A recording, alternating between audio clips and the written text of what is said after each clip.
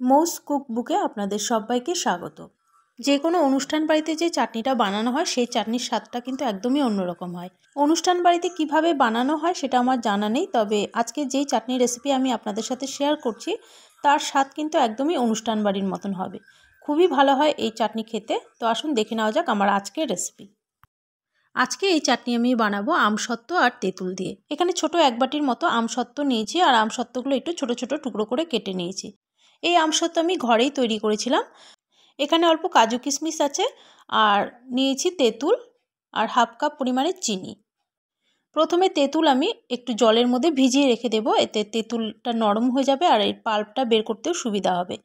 তো অল্প জলে ভিজিয়ে রাখছি, আপনারা চাইলে গরম জল দিয়ে ভিজিয়ে রাখতে পারেন, আমি ঠান্ডা জল দিয়ে ভিজিয়ে রাখছি। 10 থেকে 15 মিনিট একটু ভিজিয়ে রেখে দিচ্ছি। আর এদিকে আমসত্ত্বের টুকরোগুলো আমি গরম জল দিয়ে 10 থেকে 15 মিনিট ভিজিয়ে রেখে দেবো, এতে আমসত্ত্ব একটু নরম হয়ে যাবে আর একটা পাল্পের মতো পরে তৈরি করে নেব। আপনারা ডিরেক্টই আমসত্ত্ব দিয়ে রান্না করে নিতে পারেন, তবে তাতে আমসত্ত্বগুলো একটু গলতে সময় লাগবে আর রান্নাটাও সময় লাগবে বেশি, তাই এইভাবে গরম জলে একটু ভিজে পাল্পের মতো তৈরি করে নিলে রান্নাটাও তাড়াতাড়ি হয়ে যাবে। প্রায় 10 থেকে 15 মিনিট একটু ভিজিয়ে রাখার পর চামচ দিয়ে এভাবে নাড়াচাড়া করে একটা পাল্পের মতো তৈরি করে নিলাম। আর এদিকে তেঁতুলটাও 10 থেকে 15 মিনিট ভিজিয়ে রেখেছিলাম আর দেখুন একটা পাল্পের মতো তৈরি হয়েছে। তো এটা আমি ছাঁকনি দিয়ে ছেঁকে নিচ্ছি, এতে বীজগুলো আলাদা হয়ে যাবে। তো অল্প জল দিয়ে আমি এর পাল্পটা বের করে নিচ্ছি। এইভাবে একটু একটু করে জল দিয়ে আমি তেঁতুলের পাল্পটা বের করে নিচ্ছি। আর দেখুন বীজগুলো আলাদা হয়ে গেছে, তো এগুলো ফেলে দিচ্ছি। আর তেঁতুলের পুরো পাল্পটা আমি বের করে নিলাম। এবার আমি চাটনিটা বানিয়ে নেব। গ্যাস অন করে কড়াই বসিয়ে দিলাম। কড়াইতে দিয়ে দিচ্ছি ছোট 1 চামচ সাদা তেল। তেল গরম হলে এর মধ্যে দিয়ে দিচ্ছি একটা শুকনো লঙ্কা। লঙ্কাটা একটু ভেজে নিয়ে এবার এর মধ্যে আমি দিয়ে দিচ্ছি ছোট হাফ চামচ হলুদ সর্ষে, আপনারা কালো সর্ষেটাও দিতে পারেন। সর্ষে যখন একটু ফুটে উঠবে তখন এর মধ্যে যেই তেঁতুলের পাল্পটা তৈরি করেছিলাম আর আমের পাল্পটা তৈরি করেছিলাম সেই দুটোই একসাথে দিয়ে দেব। প্রথমে দিয়ে দিচ্ছি তেঁতুলের পাল্প, আর আমের যে পাল্পটা তৈরি করেছিলাম সেটাও দিয়ে দিচ্ছি। বাটির মধ্যে অল্প জল দিয়ে আমি দিয়ে দিচ্ছি। এই চাটনিতে আমি কোনো মশলা ব্যবহার করব না, আর মশলা ছাড়াই যে এই চাটনিটার স্বাদ এত ভালো হয় যে এটা আপনারা বাড়িতে না বানালে এর স্বাদটা বুঝতে পারবেন না। তেঁতুলের পাল্প বের করার সময় অনেকটাই জল দিয়েছিলাম, পরেও কিছুটা জল দিলাম, আর জল দেব না। এবার এর মধ্যে দিয়ে দিচ্ছি ছোট হাফ চামচ লবণ আর ছোট হাফ চামচ বিট লবণ। দিয়ে দিচ্ছি খুবই সামান্য পরিমাণে হলুদ, হলুদটা আপনারা নাও দিতে পারেন।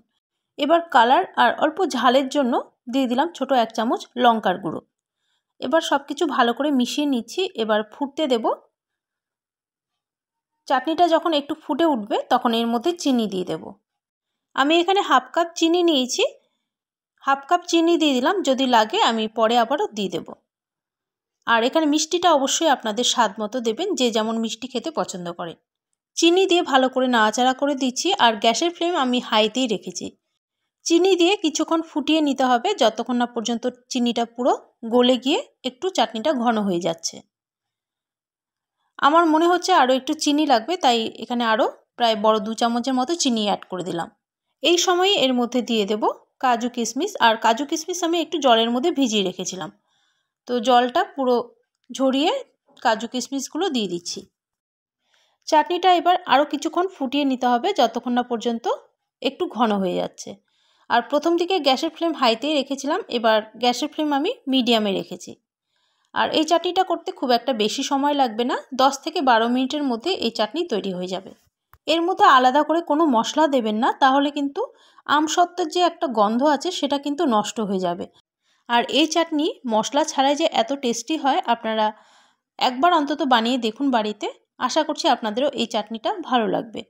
আর একদমই স্বাদটা অনুষ্ঠান বাড়ির মতনই হয়। আর দেখুন চাটনিটা এখন আমার ঘন হয়ে গেছে অনেকটাই, আর এটা ঠান্ডা হয়ে যাওয়ার পর কিন্তু আরও একটু ঘন হয়ে যাবে। যদি এর থেকেও আপনারা একটু পাতলা চাটনি খেতে পছন্দ করেন তাহলে আরও একটু আগে নামিয়ে নেবেন।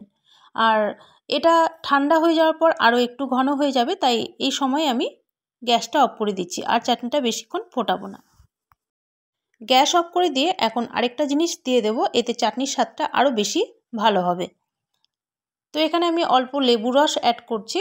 তো একটা লেবুর অর্ধেকটা আমি রস চিপে এর মধ্যে দিয়ে দিচ্ছি, এতে চাটনির স্বাদটা আরও বেশি ভালো হবে। আর অবশ্যই গ্যাস অফ করে লেবুর রসটা দিয়ে দিতে হবে। একটা লেবুর অর্ধেকটা রস চিপে এইভাবে দিয়ে দিচ্ছি, দিয়ে ভালো করে নাড়াচাড়া করে এটা নামিয়ে নেব। বাঙালিদের শেষ পাতে একটু চাটনি না হলে তো ভালোই লাগে না, তাই এইভাবে একবার আপনাদের অনুরোধ করব বানানোর। আর চাটনিটা খুবই ভালো হয়, তাই বারবার বলছি আপনারা একবার বানিয়ে দেখুন। আর এই চাটনির স্বাদ এতটাই ভালো হয় যে আপনাদের বারবার ইচ্ছে করবে এই চাটনি বানাতে। একদমই অনুষ্ঠান বাড়ির মতনই হয় এই চাটনিটা খেতে। তো আমার আজকের রেসিপি দেখে যদি আপনাদের ভালো লাগে তাহলে প্লিজ লাইক ও শেয়ার করে দেবেন, সাথে চ্যানেলটি সাবস্ক্রাইব করে রাখবেন আমার নতুন নতুন ভিডিওর আপডেট পাওয়ার জন্য। আজকে এখানেই শেষ করছি, আপনাদের সামনে আবারও চলে আসবো অন্য নতুন কোনো রেসিপি নিয়ে।